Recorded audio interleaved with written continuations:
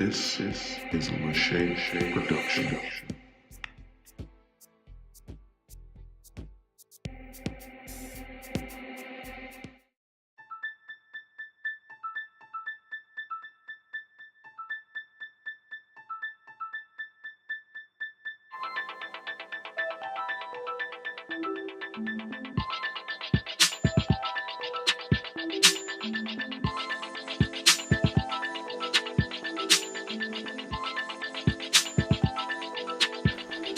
My name is Susan, and I live with depression.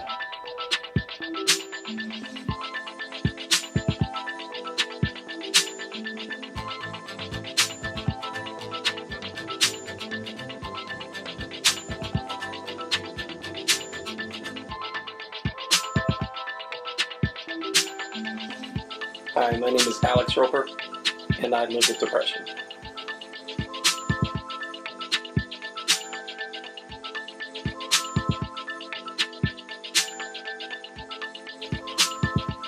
Hi, my name is Demetra, and I live with depression.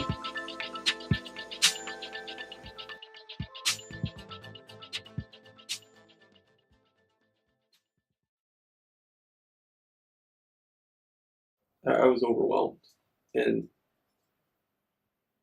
felt hopeless, and like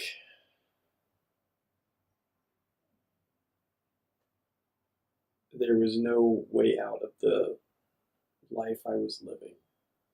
I didn't like my life.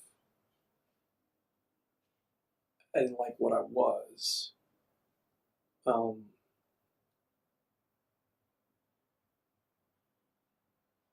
Primarily career related. I felt like I was pigeonholed into what I was doing and miserable about doing it and didn't want to do it the rest of my life, but I didn't know how to get out of it without shirking all the responsibilities that I had. My wife, my kids. And so before I made the attempt, I actually researched Social Security benefits for my wife and my kids, and because I didn't want to be here, but I didn't want to leave them unable to provide.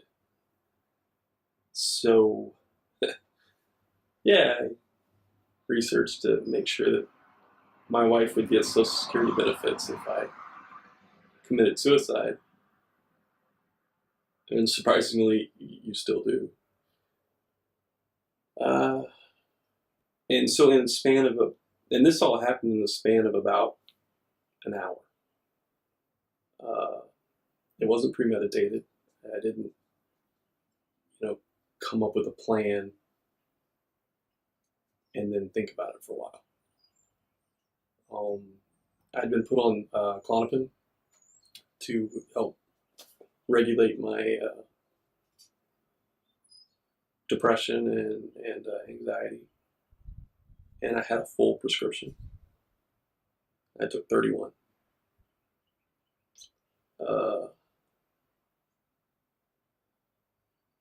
And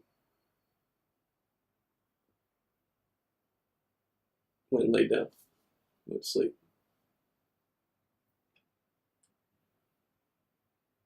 The whole family was in the house when I did that. And that's probably my biggest regret.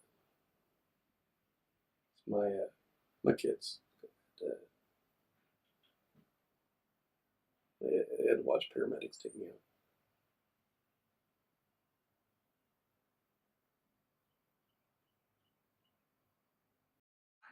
When I have reached out, I went to my family doctor and I told her it was the end of 2013. And I told her that I was feeling the hopelessness and the questioning what the point was and not really feeling like everything was worth it. Like life was worth going, like living. Now I was never like suicidal, but I just couldn't bring myself to a point where I felt like getting up in the morning was worth it, or I could think of a reason that was good enough for that. So I did go to my family doctor, and at that point she prescribed me some medication, which I took for a while. And I made the mistake of taking myself off of it. You should never do that. But luckily, I wasn't somebody that had a really, really bad reaction to that. But I did end up going off of it, and I haven't really had any real bad bouts since. But I can feel myself when I'm getting on the brink of one. And there have been times since then where I've felt like that. But luckily, it hasn't gone over that point since then. Treatments that were suggested for me were reaching out to family, of course, also seeing that therapist, and I did take medication for a little while. I was hesitant about the medication as I heard about all the things that it could do to your body, but it's a chemical imbalance, is what depression is, and your mind is not clear. So those feelings of worthlessness, it's not real, and it's hard to fight. And sometimes you need to take medicine. You may not want to, but it's something that I tried, and the therapy worked in combination with that.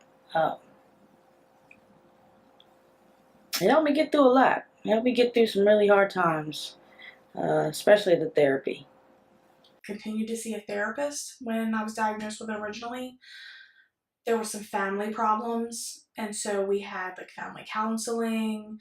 I was prescribed medication, but other than that, I don't really remember much of a treatment other than the medication and seeing a therapist. I did see a school counselor.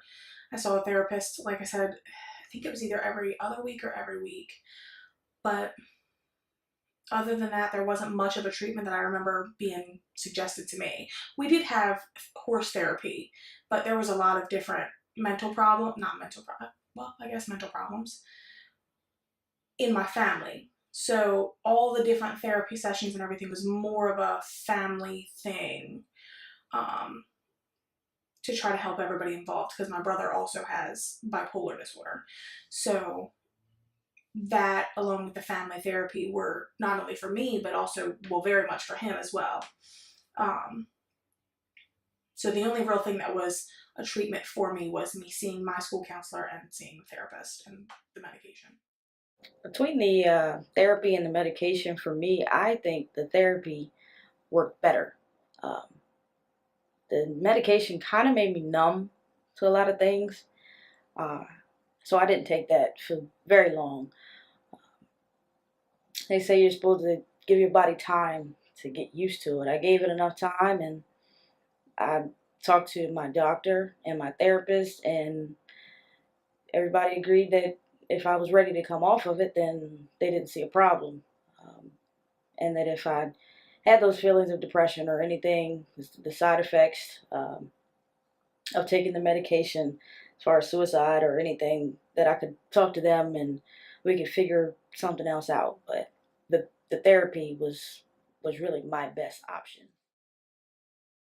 I think I benefited a lot from seeing a therapist. I think being able to talk to somebody without feeling like there were going to be repercussions, or feeling like what you were saying was going to be spread or told to somebody else, I think that helped a lot. My therapist it wasn't about me asking her questions and her answering me. It was about her helping me to find the root of what I was feeling and how to cope with those feelings.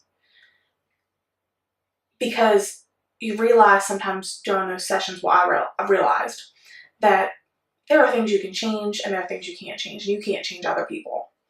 You have to work on you, and you have to be happy with you regardless of what other people are doing or what's going on around you, and that's very hard. So that probably helped the most, being able to talk to somebody without feeling like there were going to be consequences, essentially. Partial hospitalization program. And that was the program at PRMC. It was very good, and I learned a lot there. But it was also very closed off from the world, the real world, and so it was very easy to deal with things there. But once you got out into real life, sometimes it didn't translate. So,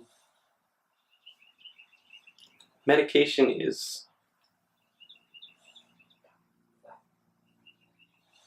iffy. And sometimes I think it works, sometimes I think it doesn't, But I haven't tried it without it yet.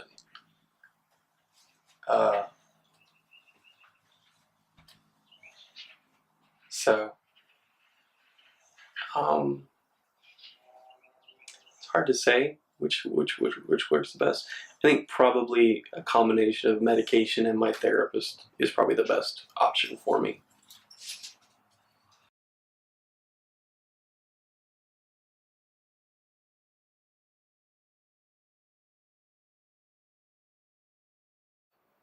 Realizing that I didn't have to stay doing what I was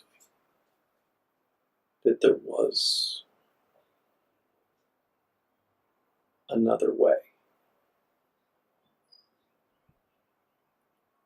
But the thing with depression and anxiety is it causes the pathways in your brain to not work correctly. And so you don't think rationally, and you don't think those things through. And the only thing that I could think about in that moment was ending the hopelessness.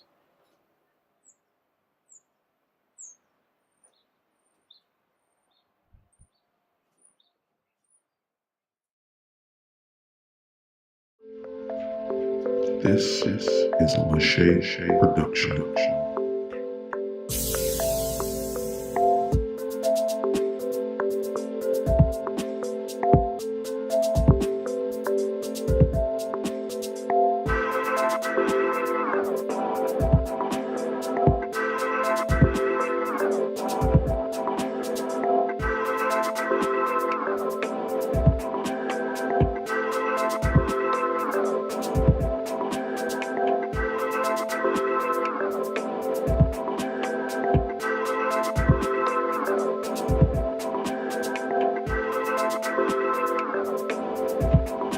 This is a Lachey production.